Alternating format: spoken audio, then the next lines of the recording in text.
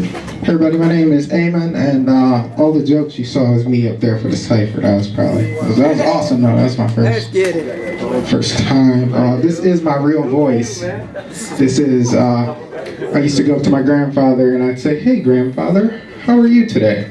He said to me once, he said, "Somebody go tell this little white boy to go find my real grandson." And I said, "Somebody go tell this man to go find his best friend, my real grandfather." And that was the day I found out that my grandmother had a real tough chin, because he beat her. No, he did. It was pretty bad. But they had been unhappily married for 50 years, so don't give it up for that, because sometimes you just need to get divorced. Sometimes. And my parents aren't much better, though. My parents kind of, I'm not a nervous person, but I got bad nerves. My parents, my mom specifically, used to wake me up with spankings. Anybody's parents used to wake them up with the sound of a belt against their 8-year-old flesh? Anyone? It was so bad I used to go to my parents before bedtime and just check in. "Mom, it's about 8:30. I got school tomorrow, so why don't you just go ahead and spank me right now, just get it over with. That way you don't have to be in my room at 2 in the morning spanking me." My bad nerves though, I'm mad that my son actually had to see like how skittish I was, like right when he came into the world. Cause like I seen videos, but I wasn't too. When my wife gave birth, I was right there in the room, and I was a strong man. I mean, I was holding up her leg, and I was, let's we can do this together. And then I made a mistake, and I looked back at my son coming out, and it looked just like this. This was, and my son was just coming out.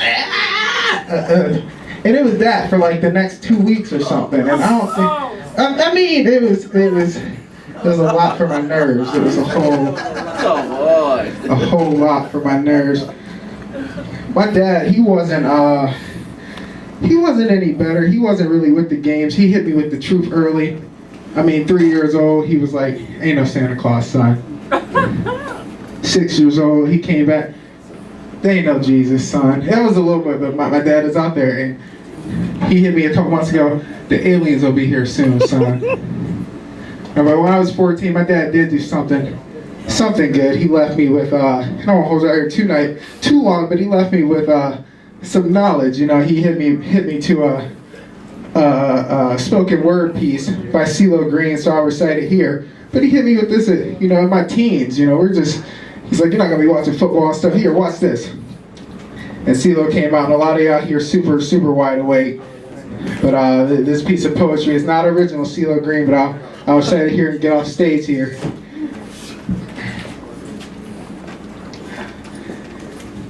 "In the beginning there was none, other than the original people, skin blackened by the sun.